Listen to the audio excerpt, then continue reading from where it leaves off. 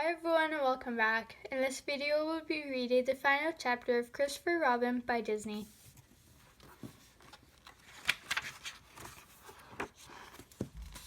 Epilogue. Sometimes the smallest things take up the most room in your heart. Winnie the Pooh. Oh boy, it's going to be good to be home. Walking through the green door and into the sunshine of the 100-acre wood, Christopher had to agree with Piglet. He took a deep breath, inhaling the air that now smelled sweeter, squinting under a sun that felt warmer somehow. Behind him, he heard the door creak farther open, turned in time to see Evelyn and Madeline appear. As they started up and began to look around at the 100-acre wood for the first time, Christopher just watched. The smile on his face grew broader as Madeline let a happy little squeal and began to skip after Pooh, Piglet, Tigger, and Eeyore. Her eyes were bright and her shoulders light. She was finally enjoying being a child. Reaching over, he took Evelyn's hand in his and squeezed. Then they too began to follow the others. While they walked, Christopher pointed out the sights of the woods.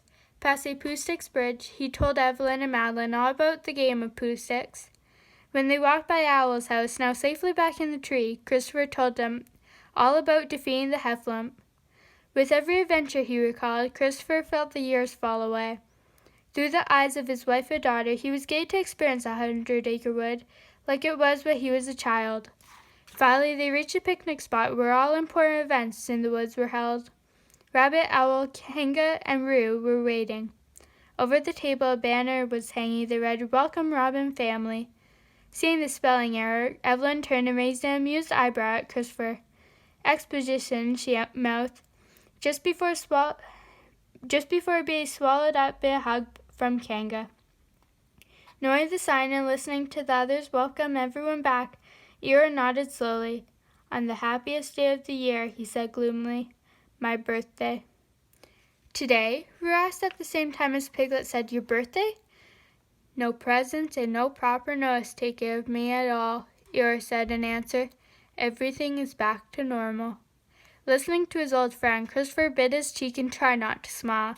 Everything was back to normal, finally, and it felt wonderful. Then he cocked his head. "Well, not quite everything." Reaching into his pocket, he pulled out Eeyore's tail. He walked over, pinned it on the Morris donkey. "Now everything is back to normal," he said. As others laughed and began to enjoy the picnic, Christopher's eyes scanned the clearing. Pooh was missing the festivities.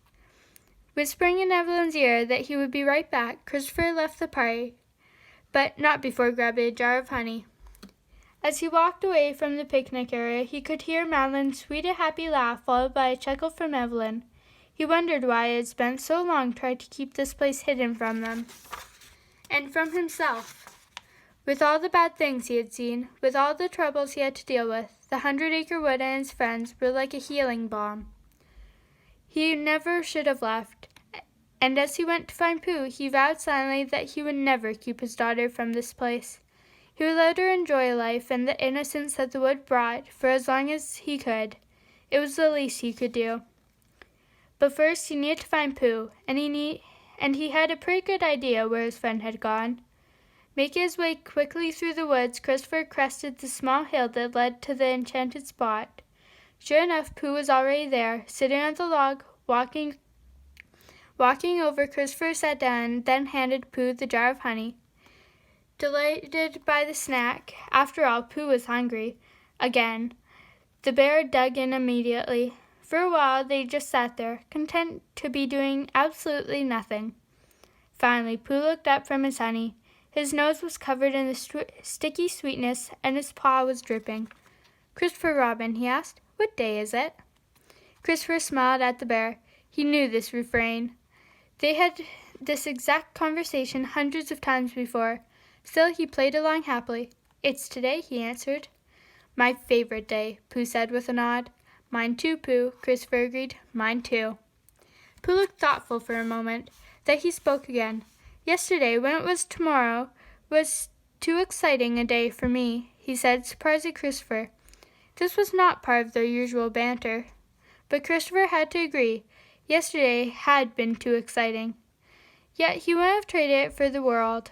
For without yesterday, today wouldn't be happening.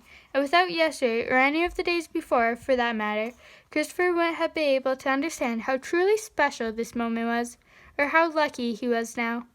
"Silly old bear," Christopher finally said. Then put his arm over his friend's soft and furry shoulders. Christopher turned and looked out at the sun as it once again began to sink behind the horizon of the 100-acre wood. Beside him, Pooh did the same. And that was how they stayed as the sun sank lower and lower, two friends reunited, happily doing nothing. Thanks for watching, and don't forget to subscribe for the next book and comment below which book you would like to hear next. Thanks for watching. See you next time.